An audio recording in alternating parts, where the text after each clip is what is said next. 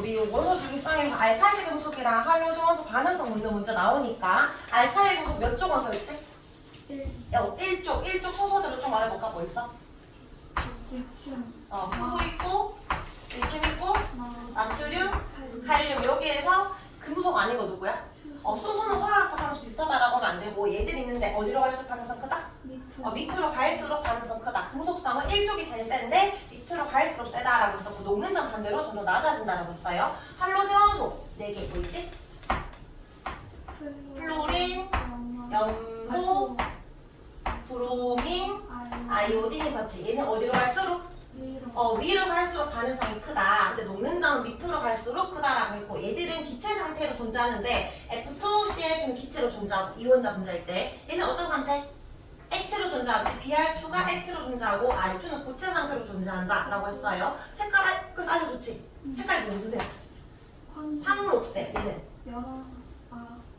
담황색. 얘는 황록색. 얘는 젓갈색, 갈색, 약간 벽돌 색깔 있잖아. 빨간 색깔. 얘는 보라색. 밑으로 갈수록 색깔이 좀 진해진다라고 했습니다. 반응성은 비금속성은 18쪽은 없기 때문에 17쪽이 제일 세고 위로 갈수록 세다라고 썼어요. 자, 여기 1번에 보자. 자, A는 2번이니까 헬륨이고 B는 9번이니까 플로린, 11번은 나트륨이지? 그럼 A는 C보다 전자력이 쉽다. 맞아? 얘는 비활성 기체니까 X고 B는 원자가 전자체 17쪽 맞고 B랑 C가 결합하면 NaF 금속 들어갔네? 그러면 이온 결합입니다. 맞습니다. 자, 이번에 둘 다 네온의 전자 배치 가지고 있는 그럼 A 플러스는 누구야? 얘는? Na 플러스를 말하고 그 다음 B는 E 마이너스니까 두 개 얻어서 이렇게 된 거 누구? 산소 O E 마이너스입니다. 그럼 A는 나트륨이니까 1쪽 원소지 틀렸고 B는 산소 비금속 맞고 A랑 B는 같은 주기인가요? 나트륨 몇 쪽? 얘는 3주기고 B는 산소는 2주기니까 틀렸지? XO X입니다. 3번에 금속의 성질에 대해서 옳은 것이라고 했는데 금속은 보통 고체로 존재하지만 실온에서 고체로 존재하는 거지 가열하면 액체가 될 수도 있지. 그리고 수온은 상온에서 액체로 존재하기도 합니다. 1번 틀렸고 2번에 전자 있고 양이온이 되기 쉬운 거잖아. 틀렸지? 자, 3, 4, 5번 중에 몇 번이 맞는 말이야? 부서지지 않고 모양이 어떻게 되지? 펴지잖아. 무슨 성이야? 펴지는 거? 5번에 펴지는 거 무슨 성? 전성, 전 붙이듯이 전성.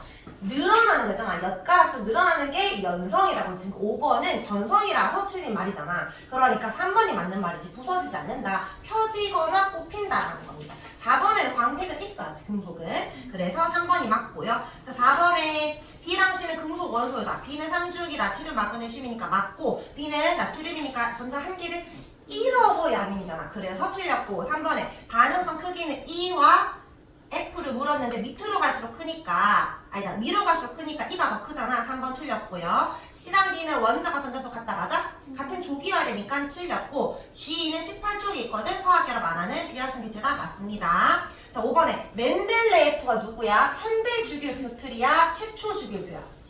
최초야. 그러면 지금은 118가지잖아. 그때는 절반 정도였어. 63종이었잖아. 그러니까 기억 틀렸지? 118종은 모질리고 멘델레예프는 63종입니다. 그래서 X고 63이면 지금 절반밖에 없었을 거잖아. 그대로 쭉 만든 게 아니라 아마 나중에 발견된다 이런 게 있을 거라고 해서 비워뒀었지. 즉 니은에 예측했다. 맞습니다. 멘델레예프의 업적이라고 해야 되나? 좀 장점이라고 생각하면 되고 디귿의 원자 번호 순인가요? 이전까지 다 원자량 순이었잖아. 그래서 X고 원자 번호는 모질리밖에 없습니다. 자, 뒷장에 6번. 자, A 보여? A는 1번 말하는 거니까 수소고 B 보이나요? A에서 밑으로 내려가는 거 B. 얘가 2번이잖아. 헬륨이고 C는 누구야? 7번이면 질소. D는 13번이니까 알루미늄입니다. 그럼 기억에 A랑 D는 금속이다. A가 수소니까 안 되지. X고 원자가 전자수 C는 7번이면 몇 쪽? 2, 5 이렇게 들어갔을 거니까 15족이지. 원자가 전자수 5고 D는 13번이니까 2, 8, 3이 됐을 거 아니야? 3개겠지. 그러면 뭐가 더 많다? 맞는 말이고 B랑 D의 총 전자수비 원자 번호 B 묻는 거잖아. B는 2번이고 D는 13번이니까 2대 13이죠. 1대 6 아닙니다. X, X고 X. 자, 7번 볼까? 자, 알칼리 동속이고 스몰 A, B, C는 리튬, 나트륨, 칼륨 중에 하나라고 했는데 얘들을 물에 넣었더니 여기 라지 A에 스몰 A를 넣고 라지 B에 스몰 B를 넣고 이렇게 했단 말이야. 근데 A는 천천히 B는 빠르게 C는 격렬히 더 반응했대. 그러면 점점점 반응색 그럼 칼륨이니까 점점 격렬히 반응했다가 얘라는 거잖아. 그럼 얘가 C고 얘가 B고 얘가 A라는 거겠지? 자 그렇게 확인했을 때 기억 가에서 A에서 수소나 나트륨이 생성된다. 일단은 얘들이 물과 만나면 H2O 물과 만나면 리튬이 있잖아. 얘들은 지금 전자 읽고 싶어 얻고 싶어 빨리 읽고 싶지. 그럼 얘는 Li 플러스가 되는 거란 말이야. 얘는 전자 1이었으면 얘가 전자를 얻는 건데 쌤이 물은 나중에 우리 산연기할 때 배운다 해서 요렇게 합쳐진 상태야 물이. 그러면 지금 전자를 얻는 건 얘가 얻을 수 있는 거고 양이온과 음이온 이렇게 결합이 될 거야. 그러면 Li 플러스랑 OH 마이너스가 결합한 상태로 우리는 LiOH라고 적을 거고 그리고 H 플러스 전자 얻어가지고 수소 기체가 발생한다 이렇게 말할 거거든. 얘가 수소 기체 발생하니까 소리는 퍽 소리가 난다 라고 했고 여기에서 원래는 이온결합 물질인데 물에 녹으면 이렇게 이온화가 됐겠지. 그래서 전류가 흐르는 거야 이온결합 물질은. 근데 여기서 1은 마이너스고 플러스 이동할 때 OH 마이너스이고 수산화 이온이 액성의 염기성을 나타내는 거지. 그래서 페노프탈렌 용액이 색깔 무슨 색으로 변한다? 붉은색으로 변한다라고 했어요. 이런 식으로 이제 되는 과정인데 A는 리튬을 넣었으니까 기억에 수산화 나트륨이 아니라 수산화 리튬이 생성된다라고 해야 되지. 그래서 기억은 틀렸고요. 자, 그럼 니은의 산소가 아니라 수소라서 틀렸고 반응성은 C로 갈수록 크니까 맞지? XXO가 됩니다. 자, 8번에 할로젠 원소 원래 4개가 있는데 여기 플로린, 염소, 그 다음에 브로민까지만 있네. 아 여기는 없으니까 3개만 적어주면 되고요. 이번에 할로젠 원소들이 왜 화학적 성질이 비슷해? 원자의 전자가 같이해서 동일한 수의 원자까지. 그러니까 꼭 들어갈 땐 단어가 뭐야? 원자과 전자수가 같기 때문에 라고 해야 돼요. 그래서 쌤이 원자과 전자수를 서술하는 말이 뭐라고 했지? 무엇을 결정하는? 화학적 성질을 결정하는 원자과 전자수가 같으니까 화학적 성질이 같은 거야. 맞지? 그래서 화학적 성질을 결정하는 원자과 전자수가 같기 때문이다. 지금 이 대답은 꼭 헬로젠 원소가 아니라 알칼리 금속이어서도 똑같이 적어주면 됩니다. 자, 그 다음에 9번. 알칼리 금속은 반응성이 크니까 산소랑 반응하면은 뭘 잃어? 광택을 잃겠지. 그래서 잘 반응하니까 공기 중에 나트륨 안 돼서 어디에 보관한다? 액체 파라핀도 되고 벤젠도 되고 석유도 되고 그런 거 적어주면 됩니다. 기름인데 이제 기름을 대놓고 기름 적지 말고 석유에 보관한다 라고 해주면 되고요. 이번에 알칼리 금속은 물과 반응할 때 전자를 Li 플러스 잃고 그러면 물의 전자를 얻어서 무슨 기체? H2 수소 기체와 어떤 이온이 만들어지지? 수산화 이온이 만들어진다. OH- 수산화 이온. 이때 이 액성이 염기성을 나타냅니다. 알칼리 금속은 알칼리성이 되는 거다. 염기성이 되는 거다. 라고 했어요. 근데 그냥 알칼리성이 아니라 물에 녹았을 때 알칼리성, 염기성이 됩니다. 자, 3번에 칼륨과 만났을 때 산화물 적을까? 그럼 칼륨 더하기 산소 기체 O2 라고 해야 되겠지. 그리고 우리 화학계로 배웠잖아. K는 1쪽이니까 몇 플러스? 1 플러스. 산소는 2 마이너스. 그럼 전하량이 1대2니까 개수비 몇 대면? 2대1이 되겠지. K2O가 된단 말이야. 근데 우리가 이온결합 배울 때 쌤은 그때 A 플러스랑 O, 2 마이너스 이렇게 적었지만 지금 이렇게 적는 게 아니야. 물속에서 반응하는 게 아니라 바깥에서 반응한 거라 이렇게 반응을 해야 돼. 그러면 이제 개수 맞춰줘야 되겠지. K도 지금 안 맞고 산소도 안 맞단 말이야. 산소부터 맞춰볼까? 얘가 2개야. 얘는 하나밖에 없으니까 이렇게 적으면 안 되잖아. 저 개수비가 2대1이어야 하니까 이건 유지한 채 얘가 2개 있어야 된다 라고 해야 되고 그럼 칼륨이 총 4개 됐으니까 앞에다가 4 적어주면 됩니다. 4대1 대 2의 비율이라고 했어요. 자, 그 다음에 4번에 나트륨과 물과 만난다. 그럼 요거잖아. 지금 리튬 대신에 나트륨으로만 바꾸면 되는 거야. 나트륨 더하기 일단 산소 기체가 아니라 물 적어야 되죠? 물. H2O라고 하는 아까랑 똑같은 거 아니야? 맞지? 무슨 기체가 나와야 되고 수소 기체가 나와야 되고 수산화 이온도 의사 되지. 수산화 이온은 나트륨 될 거 아니야. NaOH. 이거를 매번 이렇게 쌤이 말한 것처럼 생각하지 말고 외워. 수산화 리튬, 수산화 나트륨, 수산화 칼륨, 수산화 이온이 생기고 수소 기체가 발생한다. 근데 개수를 맞춰줘야 되잖아. 맞춰보면 다 얼마 나오죠?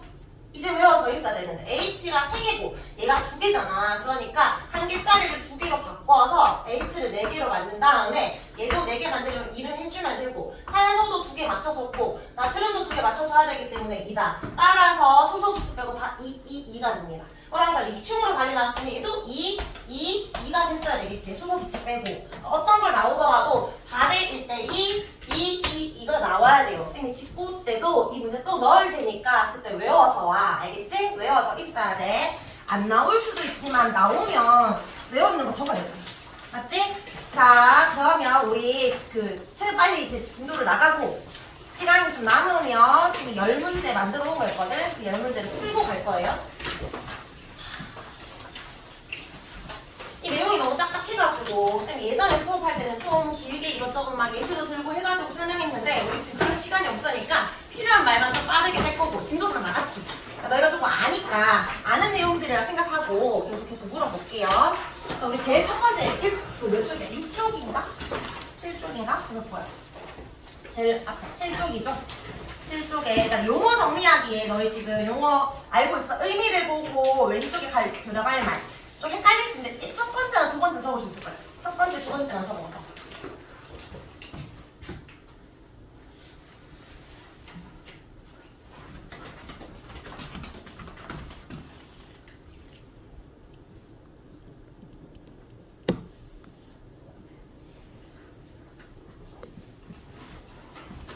첫 번째가 뭐죠?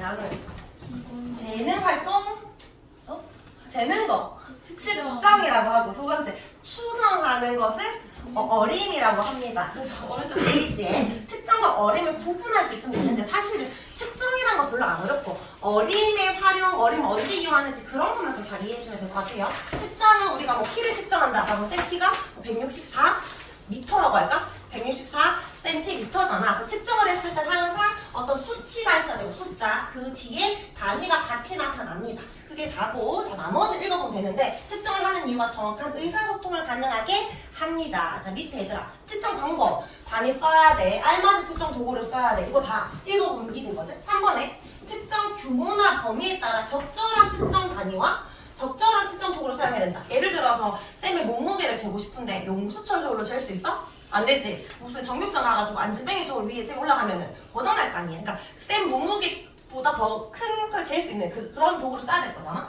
그런 적절한 측정 도구를 써야 되고 같은 연필을 잰다 하더라도 측정 도구가 무엇인지에 따라서 눈금 단위가 다르잖아. 그럼 정밀도가 다르겠지. 오차 범위가 좀 줄어들 수 있다. 그런 의미입니다. 자 우리 뒷장으로 넘겨서 어림 보자.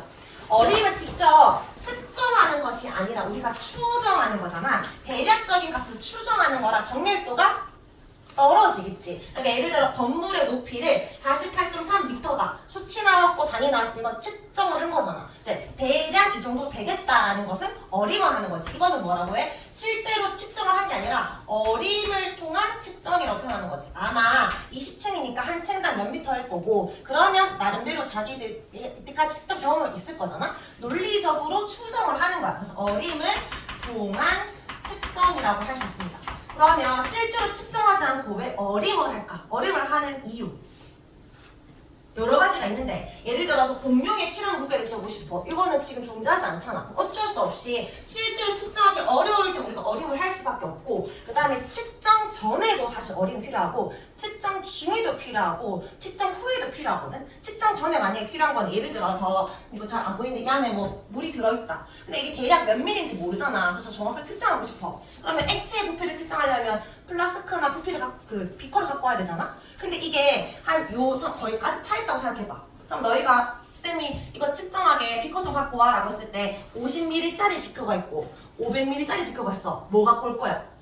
500ml짜리잖아. 대략 한 300은 넘을 거니까 50ml보다 더 큰 거 가지고 와야 되겠지. 그러니까 측정 전에 측정 도구를 결정할 때 미리 어림을 해놔야 측정 도구를 잘 결정할 수 있잖아. 그래서 측정에 필요한 측정 도구를 결정하는 역할을 한다. 이건 측정 전에 필요한 어림이지. 근데 우리가 실제로 측정을 할 때도 어림이 필요해. 왜 필요할까?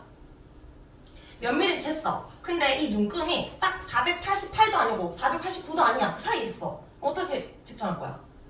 대략 뭐 0.5, 0.7 우리가 또 어림을 해야 되잖아. 그래서 밑에 보면 측정을 할 때에도 눈금을 읽을 때 정확하지 않으면 그 사이에 몇 0.5 이런 식으로 어림을 하니까 여기서 말을 하는 내용들은 뭐냐면 제일 마지막에 모든 측정에는 어림이 포함될 수밖에 없다. 측정 전에도 도구 결정할 때, 측정 중에도, 그리고 사실 측정 후에도 만약에 이 정도가 딱 쟀을 때 80m가 나왔어. 그럼 나머지들은 이미 측정을 했잖아. 측정을 통해서 비슷한 양들이니까 얘들도 다 488이겠다라고 할 수 있겠지.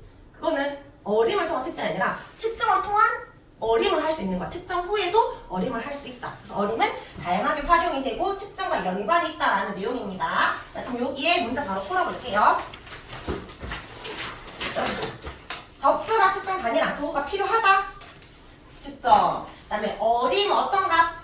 대략적인가? 측정과 어림은 과학 탐구에서만 활용될까? 우리가 뭐 시계를 재는 것도 측정이잖아. 일상생활에서 활용되고요. 4번 어림은 의미가 없다? 아니고 도구를 이용한 측정 결과는 수와 단위를 나타낸다. 맞지? 난 도구를 이용할 때 어쩔 수 없이 한계가 있다?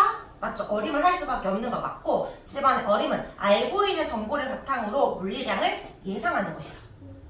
아까 왜 건물 높이 측정할 때 한 층당 몇 미터일 거니까 하고 예상하는 거잖아. 알고 있는 걸 바탕으로 맞는 말입니다. 8번의 어림은 측정 도구 결정한 역할을 하는 것도 맞지. 자, 2번 칩인지 어인지 적어보자. 1번에 빌딩 높이는 20m 정도겠다. 160cm였다. 즉 10ml였다. 즉 15도씨겠다. 입니다. 자, 어림만 너희가 좀 봐주면 되고 뒷장에 측정 표준 보자. 이 측정 표준이라는 단어를 조금 너희가 생소하고 좀 이해가 좀 잘 안 된다라고 하던데 측정 표준은 일단 여기에 문장 적혀있지. 물리량 어떤 걸 측정할 때 정확하고 일관성 있게 측정하려고 만든 과학적 기준이래. 그래서 측정 표준을 그냥 쉽게 해석하면 뭐라고 말할 수 있을까? 표준 대신에 측정 기준, 어떤 걸 측정할 때 기준이 되는 것들이 있어야 되잖아. 그러니까 어떻게 측정할지 측정 방법에 대한 기준도 있어야 되고 측정 도구라든지 단위라든지 항상 어떤 기준이 있어야 돼. 예를 들어서 진짜 간단한 요리 같은 레시피를 만들 때도 지금 여기 간장 한 컵을 부어라고 할 때 이 한 컵에 대한 기준이 있어야 되잖아. 이 한 컵은 소주컵을 의미하는지 종이컵을 의미하는지 기준이 정해져야 의사소통이 정확하겠지. 너 그 코로나 그 진단키트 해본 적 있어? 집에서 자가 진단키트? 막 돌리고 막 했을 거 아니야. 그것도 그 안에 들어가 있는 물질이라든지 도구가 어떤 기준이 또 있어야 되겠지만 방법, 예를 들어서 누구는 한 2cm를 넣은 다음에 2바퀴를 돌렸는데 누구는 넣었다 뺐다 해가지고 하면 이게 이 양성이 떴다라고 해도 신뢰할 수가 없잖아. 방법도 딱 정해진 기준이 있어야 되겠지. 몇 cm를 넣어놓고 2바퀴 돌리고 반대로 2바퀴 돌린다. 이런 방법. 어떤 거기에 대한 기준이 있어야 된다. 측정 표준이 있어야 되는 이유는 뭐야? 모든 것에 기준이 있어야 우리가 의사소통이 가능하잖아. 예를 들어서 너희가 왜 고속도로 갈 때 표지판에 뭐 제한 속도 해가지고 이렇게 100 적혀 있어. 이거 뭐를 의미하는 거야? 뒤에 단위가 뭘 것 같아?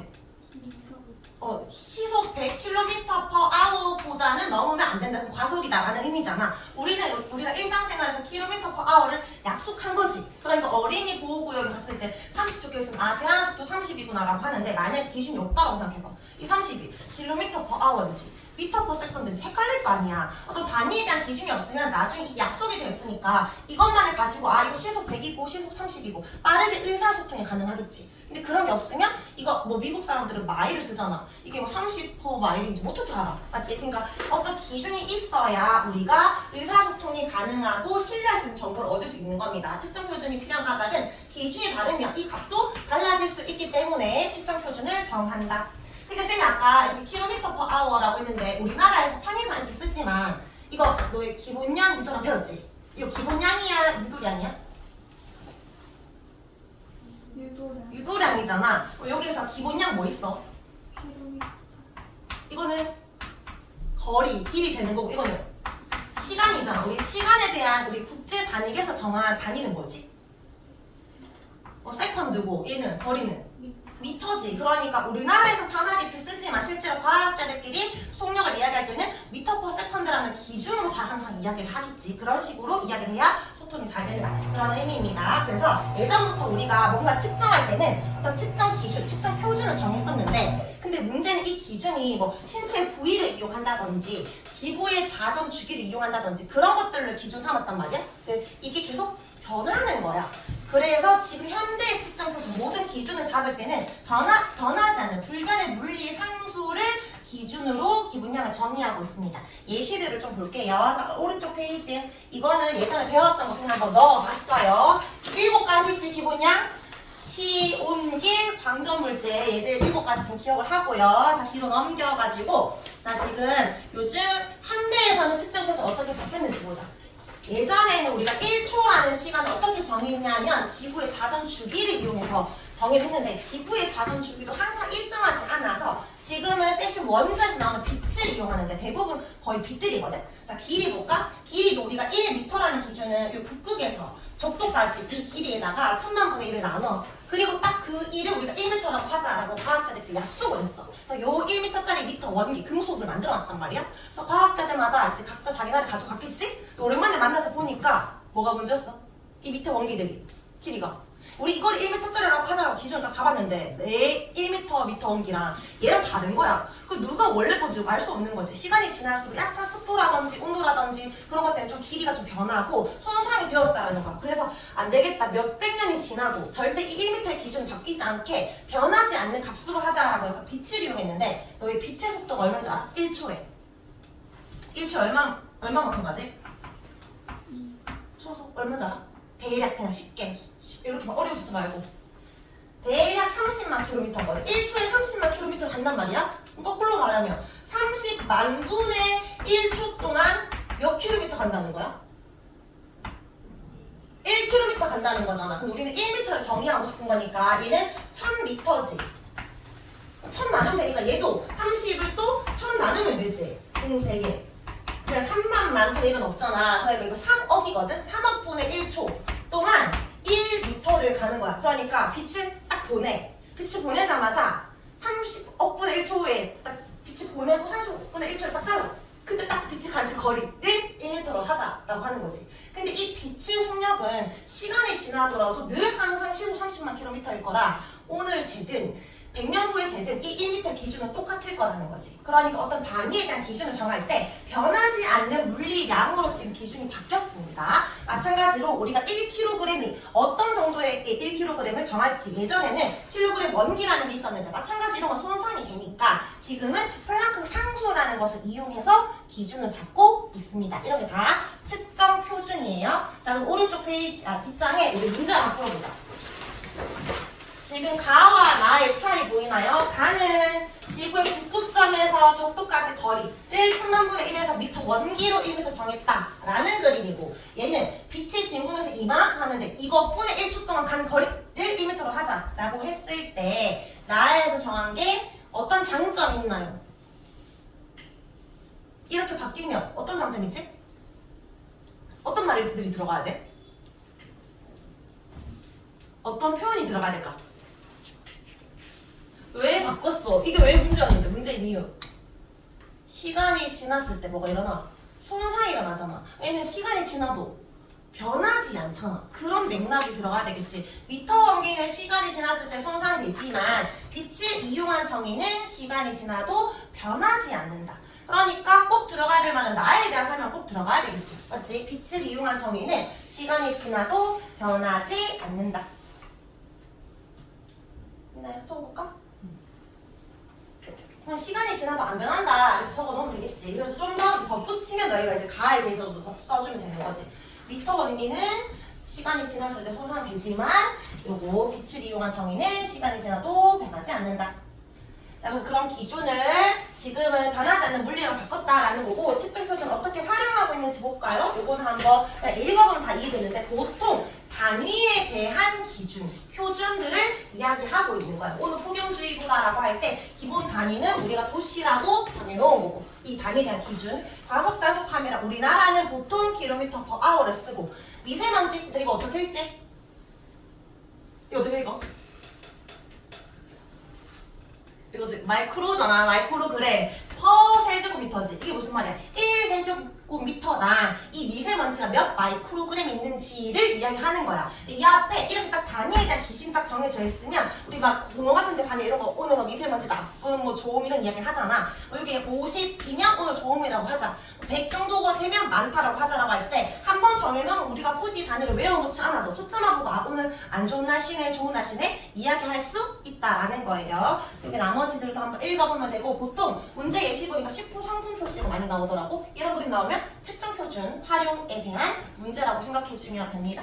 자 그래서 오른쪽에 측정 표준의 중요성 다 아까 말했던 건데 신뢰할 수 있는 측정 결과를 얻기 위해서 우리는 어떤 기준이 있어야 한다. 좀 더 정확해지고 신뢰할 수 있고 뭐 국민 안전 유지는 너무 좀 뭐 간 거 아니야? 이렇게 이야기를 하던데 아까 코로나 진단 키트 같은 것들도 그게 양성인지 아닌지 정확하게 진단을 해야 이게 결국 안전성으로도 이슈가 되는 거니까 그런 개념으로 이해해 주면 될 것 같아요. 자 그럼 밑에 발로의 문제 풀어보자.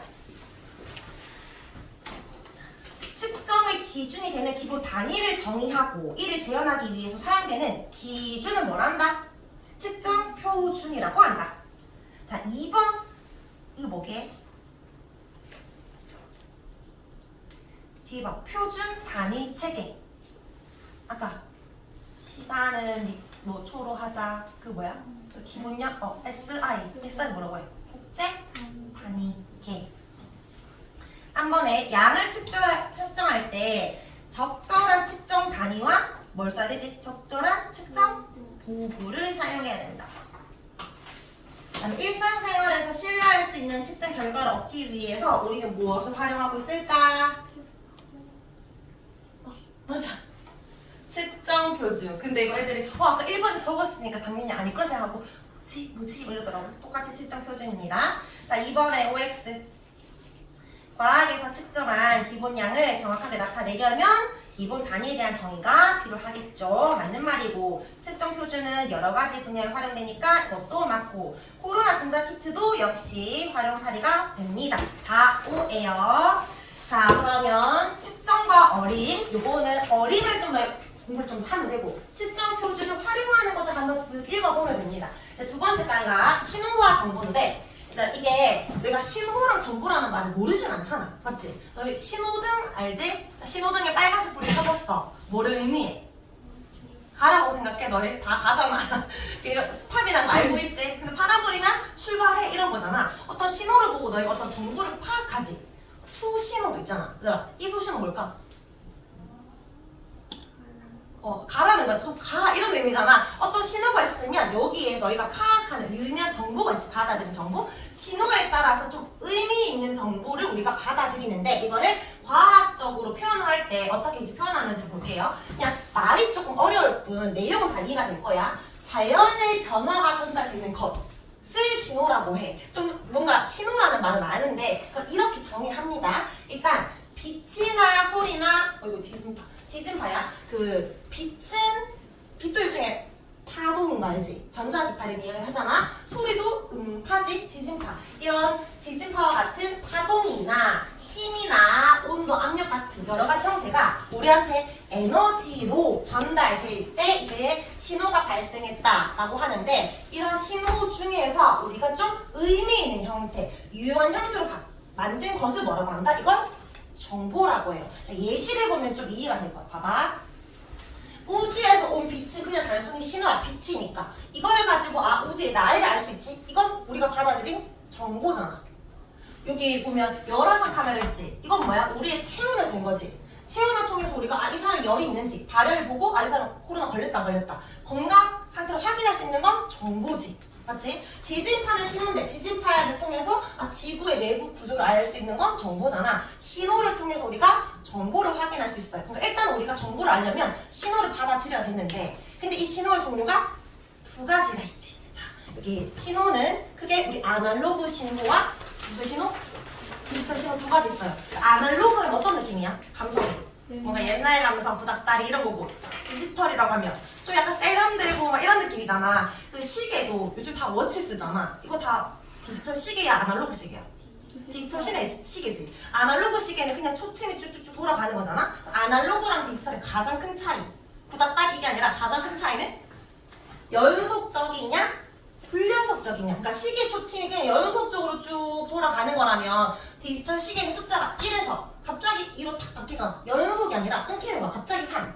갑자기 4 숫자가 바뀌지. 왜 우리 이렇게 뭔지 알지 이거? 이렇게 이런 식으로 해가지고 여기 1. 갑자기 2 딱 뜨잖아. 이렇게 딱 끊긴다는 거지. 불연속적이다. 온도계도 마찬가지. 알코올 온도계나 수온 온도계는 순간적으로 올라가고 내려가는 모든 연속적인 게 다 보인다면 이 디지털 온도계는 숫자를 표현을 하니까 끊기는 불연속적인 것을 말하거든. 그래서 여기에 아날로그 신호와 디지털 신호의 큰 차이는 연속과 불연속인데 아날로그는 쉽게 말하면 자연에서 발생한 신호를 말해.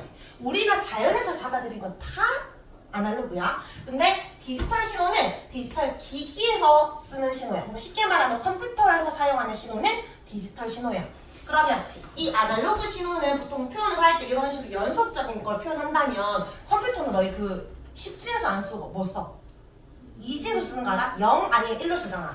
1 아니면 0. 그러니까 불이 켜졌다 꺼졌다라고 하는 것처럼 어떤 정보가 1 아니면 0으로만 해석한단 말이야. 뚝뚝 끊기는 느낌으로 쓴다고. 그러니까 상대적으로 아날로그에 비해서 정보가 좀 압축돼 있어. 그냥 좀 이렇게 모든 정보를 포함하고 있는 게 아니라 필요한 정보들만 가지고 있는 그런 형태라고 보면 돼. 그래서 우리가 노래를 들을 때 옛날에는 그 뭐지 LP판 알아? LP판이라든지 카세트 테이프 같은 걸 들었잖아. 근데 카세트 테이프는 이렇게 테이프에 감겨서 거기에 소리가 나오는 거니까 모든 정보 다 나오는 거거든. 연속적인 신호야, 아날로그 신호. 근데 카세트 테이프는 노래가 많이 들어가봤자 한 20곡밖에 안 들어가. 쌤이 어렸을 때 막 핑클이나 SS 노래 들을 때 앞뒤로 총 20곡 뭐 이런 식으로 밖에 못 들었거든. 근데 고등학교쯤 되니까 MP3가 나왔어. 근데 그때도 많이 들어가지 않았는데 그게 디지털로 바뀌면서 한 100곡이 들어가는 거야.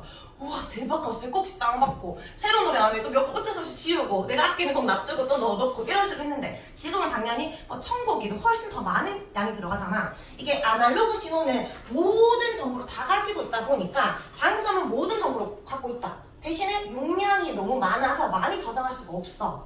근데 디지털은 이 끊기니까 정보가 압축되어 있어서 많이 저장할 수 있어. 근데 문제는 아쉬운 점은 뭐야?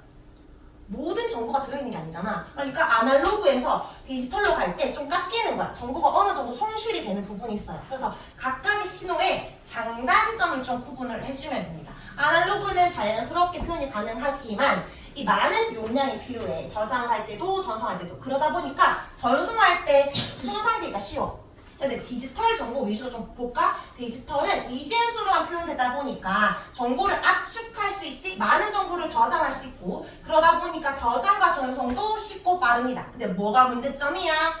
문제점 신호가 변환될 때 원래 정보보다 좀 손실이 일어나 왜곡되거나 정보에 손실이 있습니다.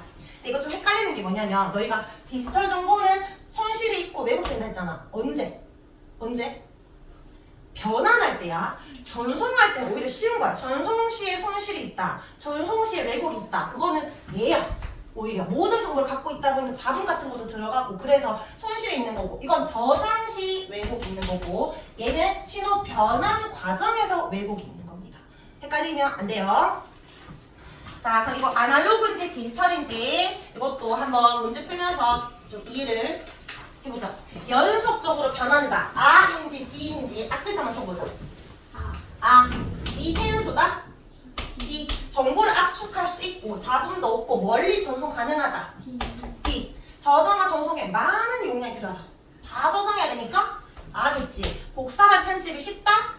D. 자, 가는 이거 아날로그야 디지털이야? 연속이니까 아날로그고 나가 뚝뚝뚝 끊겨있지 디지털입니다. 자, 그럼 1번에 가는 시간에 따라 연속적이다. 맞고 나는 불연속적이다. 맞고 3번에 가는 디지털이다. X. 4번 나는 정보의 저장이 쉽다. 맞지? 그럼 우리가 다 디지털을 쓰고 있잖아. 그 다음에 5번에 자연의 신호는 대부분 나의 형태로 나타난다. 모든 자연은 아날로그야. 그러니까 X. 디지털 기기에서는 가와 같은 신호를 사용한다. X. 가를 나로 변환하면 원래 갖고 있던 정보를 잃을 수 있다. 맞지? 이게 원래는 다 가지고 있어야 되는데 툭툭툭 끊겼기 때문에 조금씩 손실이 일어날 수밖에 없습니다. 그래서 아날로그랑 디지털 신호의 차이점을 봤는데 자 그럼 봐봐. 우리가 자연에서 얻을 수 있는 건 어떤 신호라고? 아날로그 신호. 근데 우리가 저장을 해야 되잖아. 어떤 게 더 유리하겠어? 디지털. 그러니까 아날로그 신호를 디지털 신호를 바꾸고 싶은 거야. 그럼 그 바꾸는 장치가 필요하지. 그 장치 이름이 뭐야? 센서야. 센서. 자, 센서는 아날로그 신호를 감지해서 전기 신호로 변환하는 장치인데, 일단 전기 신호 뭔가를 치고 위에다가 이렇게 적어주세요. 디지털 신호. 센서가 어떤 교재에서는 아날로그 신호를 디지털 신호로 변환하는 장치다 라고 표현을 하고, 어떤 교재는 아날로그를 전기 신호로 변환한다 라고 하는데, 정확한 표현은 전기 신호야. 제일 정확한 건 아날로그 신호를 센서가 받아들여. 그럼 아날로그 전기 신호로 먼저 바꿔. 이 아날로그 전기 신호가 변환기를 통해서 디지털 신호로 또 바뀌는 거야. 원래는 요즘에 센서가 좋으니까 센서 입구 변환기가 있는 게 아니라 센서 안에 변환기가 내재돼 있어. 그러니까 원래 센서 진짜 역할은 전기 신호고 그 센서 내에 변환기가 있으니까 결국 디지털로 나오는 거야. 어쨌든 우리가 얻고자 하는 건 얘로 바뀌는 거니까 그냥 축약해서 그냥 쉽게 말해서 이렇게 말을 하는 건데, 엄밀히 말하면 전기 신호다 그런 의미야. 그래서 아날로그에서 센서를 통해 디지털 신호로 바뀐다고 하지만 센서를 통해서 원래는 전기 신호로 바뀌는 거고, 그리고 하나 더 있다는 거지. 여기가 뭐다? 변환기. 변환기를 통해서 한 번 더 디지털 신호로 바뀌는 거야. 알고만 있으면 돼. 그래서 문제 풀 때 어떨 땐 이렇게 나오고 어떨 때 이렇게 나와도 둘 다 맞다 라고 해주면 됩니다. 자, 요거는 밑에 쌤이 좀 더 이해를 돕기 위해서 넣어놨는데 같은 내용이고요. 자, 우리의 감각기관도 일종의 센서 역할을 한다라고 보면 되는데, 눈은 빛을 받아들이잖아. 그러니까 일종의 광 센서랑 비슷한 거야. 그 다음에 코는 냄새지. 냄새는 가스 센서고, 그 다음에 혀는 맛을 보는 거니까 액체 상태 화학 물질은 이온을 감지해서 얘도 맛을 볼 수 있기 때문에 이온 센서. 귀는 소리 듣는 거니까 소리 센서. 우리 귀 안에 그 반고리가 날지, 전전기가 날지 기울어진 거 평형 감각. 그러니까 이 그 가속도 센서. 너희 그 핸드폰 있잖아. 이렇게 세로 모드, 가로 모드 다 이렇게 알아서 얘들 인식하잖아. 그게 속도가 변하는 거니까 이 가속도 센서거든. 그래서 가속도 센서나 피부는 눌리는 것도 우리 감지하니까 압력 센서. 요즘에 왜 핸드폰도 요즘에는 그냥 그 정전기 센서인데, 옛날 그 햅틱 알아?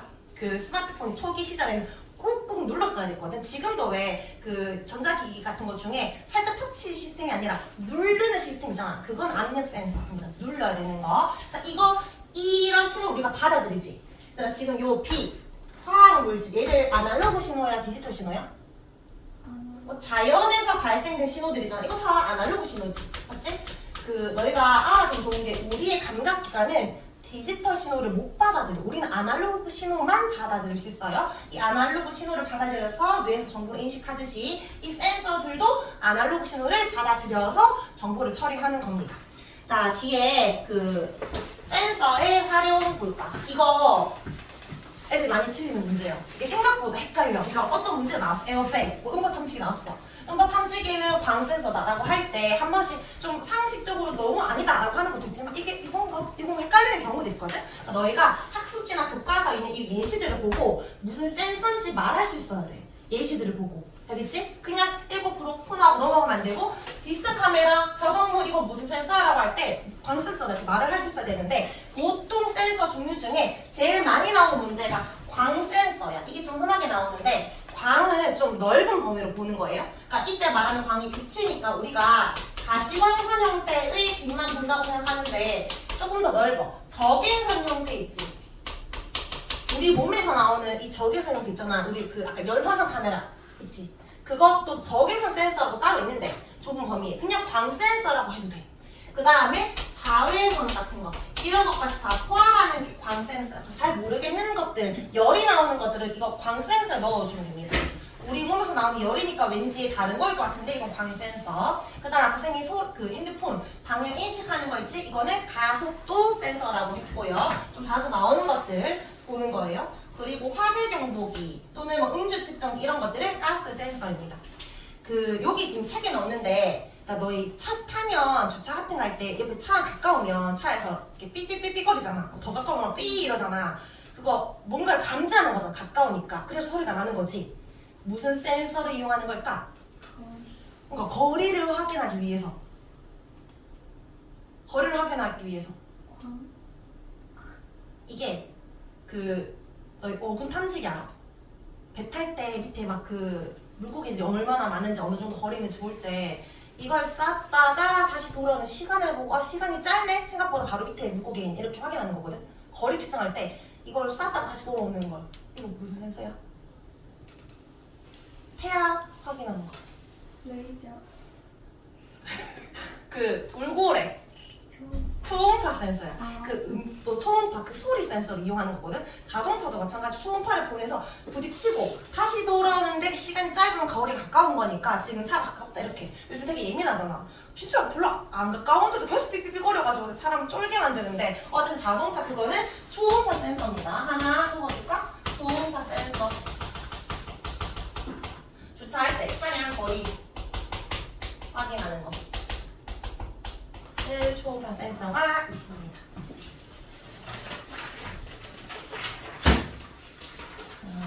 여기에 그래서 아날로그 신호에서 디지털 신호의 변환 전체적인 내용인데 일단 그림을 좀 봐봐. 지금 왼쪽에 남자애가 여보세요 하고 전화를 걸었어. 우리가 응 안녕 하고 지금 전화를 받는 거잖아. 요때 얘가 여보세요라고 말을 하는 거니까 무슨 신호야? 내가 말을 하는 거 소리를 내는 거 무슨 신호? 아날로그 신호지. 아날로그냐 디지털이냐라고 할 때. 근데 이 정보가 넘어가야 되니까 우리 전화기 안에 마이크가 있을 거 아니야. 마이크가 디지털 신호를 일단 바꿔줘. 이 바꿔주는 변환기를 여기 AD 컨버터라고 하거든. 아날로그에서 디지털로 바꾼다. 이런 말이야. 아날로그에서 디지털로 바뀝니다. 그럼 이 디지털 신호를 통해서 이제 송신이 되겠지. 그래서 수신이 될 거 아니야? 근데 얘가 소리를 들을 때 거기가 안녕하세요 얘가 듣잖아. 이 듣는 거는 디지털 신호야? 아날로그 신호야? 아까 쌤이 우리의 모든 감각기관은 아날로그만 인식할 수도 있지. 그러면 디지털로 바꾼 이유는 이거 정보 처리하기 위함이고 우리가 인식하려면 다시 뭘로 바꿔야 돼? 다시 아날로그 또 바꿔야 돼. 그럼 여기는 무슨 컨버터겠어? DA 컨버터겠지. DA 컨버터가 있어야 되는 거야. 디지털에서 아날로그 또 바뀐 다음에 우리가 듣는 거예요. 보통 이 책에서 강조할 때 이것만 강조한단 말이야. 센서는 A에서 D로 바뀐다. 그러니까 우리가 마치 D를 보는 줄 아는데 우리가 TV를 보는 것 또한 TV에서 나오는 빛을 보는 거잖아. 그건 아날로그를 보는 거예요. 우리가 뭔가를 보고 듣는 것들은 다 아날로그 신호를 보는 거다. 근데 왜 굳이 디지털로 바꾼다? 이렇게 바꿔야 정보의 전송이나 저장이 쉽기 때문에 그렇습니다. 바꾸는 이유 이야기했었어요. 자, 이거는 그냥 넘어가고 뒤에 요 그래프 보자. 자, 이거 그림을 한번 그래프는 꼼꼼하게 볼 필요는 없고 이해 정도로만 볼 건데 아날로그 신호를 일단 디지털로 먼저 바꾸는 과정이야. 근데 모든 시간에 대한 정보가 있다면 디지털로 바꿀 때 그냥 대략적으로 이건 0.1초 간격으로 잘라가지고 여기 제일 가까운 정수로 일단 바꿨어. 숫자를 바꾼 다음에 요 숫자를 이진수로 더 바꾸는 거야. 이진수 바꿔서 나타내기 디지털이야. 이걸로 저장을 했다가 전송을 했겠지. 근데 우리가 인식하려면 다시 뭘로 바꿔야 돼? 다시 아날로그로 바꿔야 돼. 근데 다시 바뀔 때는 원래 아날로그가 그대로 재생이 될까? 재생이 될까? 아까 잘랐잖아. 그냥 가까운 정수값으로 바꿨잖아. 그리고 모든 그 시간이 아니라 0.1초의 시간밖에 없잖아. 그러니까 다시 아날로그로 재생이 될 때 이 영속적인 것처럼 보이지만 원래 신호보다는 훨씬 더 그래프 개념이 좀 단순해졌지. 즉 이때 어떻게 일어난다고? 정보의 손실이 일어난다는 거야. 그러니까 내가 원래 말한 것보다 내가 말하고 왜 한번 녹음을 하고 내 소리 다시 들을 때 좀 뭐 내 목소리가 좀 이상하게 느껴지잖아. 그게 한 번 더 깎였기 때문에 그런 거예요. 그러면 이 재생된 아날로그 신호가 원래 아날로그 신호처럼 최대한 비슷하게 구현하고 싶어. 그럼 어떻게 하면 좋을까? 이렇게 이걸 디지털로 바꿀 때 시간이 아까 0.1초 간격을 잘랐잖아. 어떻게 간격을 자르면 더 좋을까? 더 작게 더 촘촘하게 자르면 더 많은 정보를 가지겠지. 대신에 뭐가 문제가 되는 거야? 그만큼 많은 정보가 들어가야 되니까 용량이 늘어나는 거지. 속도가 느려지겠지. 맞지? 그래서 여기 4번에만 그리고 시간 간격을 더 짧게 바꾸잖아. 시간 간격을 촘촘하게 하면 원래 아날로그 신호에 가까워지는데 일치적 극성이 증가하니까 이런 건 장점이겠지만 대신에 그만큼 공간도 많이 필요하고 속도도 느려진다. 이런 게 단점입니다. 그래서 우리가 어쩔 수 없이 좀 깎이더라도 좀 더 정보를 압축시키는 거지. 그래서 여기에 보충 설명이 아까 쌤이 원래 아날로그랑 재생된 아날로그 다른 이유에 대해서 설명했으니까 이거 한번 읽어보면 됩니다. 왜 손실이 되는지. 자, 다 했고요. 이제 디지털 활용 마무리해보자. 우리가 아날로그를 디지털로 바꿨을 때 디지털 정보를 어떻게 활용하는지, 디지털 정보는 저장 분석이 쉽고 그 다음에 손상도 적다 했으니까 이렇게 다양한 곳에 뭐하고 있다? 활용되고 있다. 우리가 카톡 같은 카카오페이 보내고 이런 거 다 디지털 정보의 활용이라고 보면 됩니다. 끝이에요. 자, 여기 빈칸 채워보면서 마무리해보자. 1번 인간을 둘러싼 자연의 변화가 우리에게 전달되는 것. 이 자체는 신호. 자, 2번 신호를 측정해서 분석하면 우리는 뭘 얻을 수 있어? 유의미한 정보를 얻을 수 있는 거고. 3번 자연의 신호는 무엇을 이용해야 측정할 수 있지? 센서를 이용해서 좀 더 효율적으로 측정할 수 있고, 센서는 자연의 신호를 뭘로 변환하는 거야? 근데 좀 더 원래 정확한 표현은 전기 신호입니다. 전기 신호로 변환하는 장치이다. 자, 2번에 디지털 정보는 저장과 전송 과정에서 손실이 거의 없다. 쌤 손실 있잖아요. 그거는 변환 과정에서 그런 거고. 2번 스마트 기기로 촬영한 사진과 영상은 그 속에 들어있는 건 무슨 정보로 이루어져 있어? 디지털 정보로 이루어져 있겠지. X. 센서를 이용하면 자연에서 나오는 신호를 디지털로 측정할 수 있다. 맞고. 디지털 정보는 아날로그보다 저장 분석이 어렵다. X. 5번 감지하는 신호에 상관없이 센서 종류 같다. 아까 센서 종류 굉장히 다양했잖아. 압력 센서, 온도 센서, X. 6번 가속도 센서로 스마트폰 움직임 감지 맞고. 자동차는 초음파 센서 이용해서 거리 측정 맞고. 적외선 감지하는 광 센서를 이용해서 접촉하지 않고도 물체 온도 측정한다. 우리 적외선 카메라 멀리서 총 같은 거 쏴가지고 볼 수 있지. 맞고. 9번에 디지털 정보는 0과 1 불연속적인 신호로 구성되어 있다. 맞습니다. 자, 뒷장의 단답형에 몇 개 좀 풀고 이거 마무리할게요. 다시 한 번만 더 적어보자. 1번. 나영아, 어떤 대상의 물리량을 기준이 되는 양과 비교해서 수치랑 단위로 나타내는 거.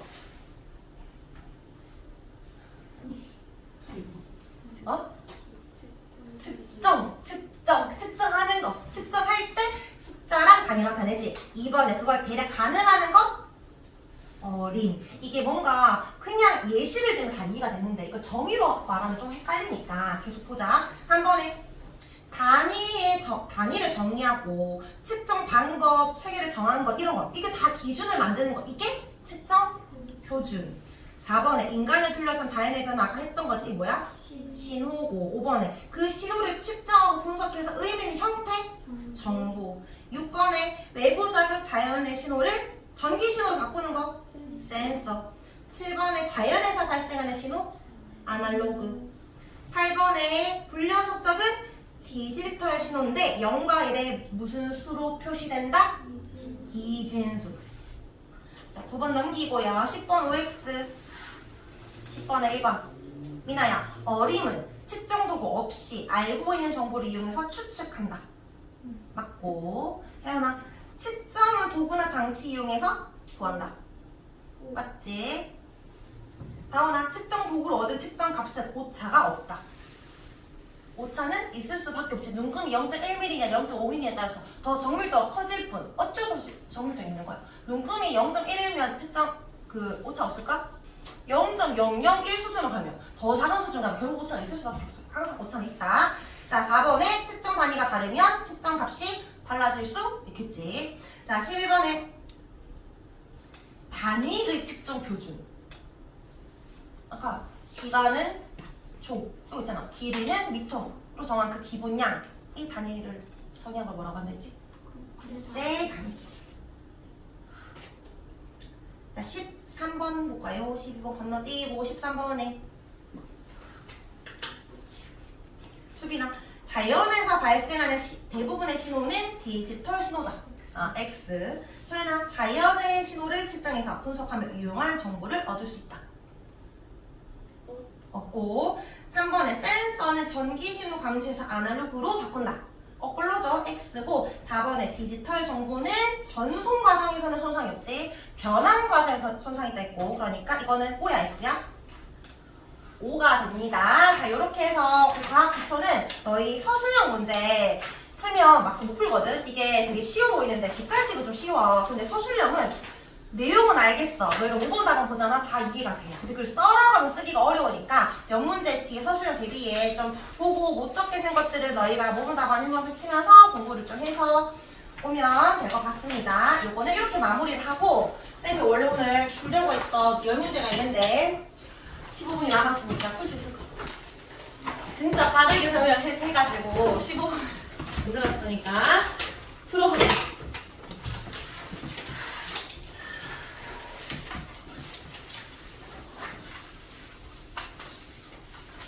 여기 총 11문제인데 한 문제는 보너스고 10문제는 여기다가 쌤한테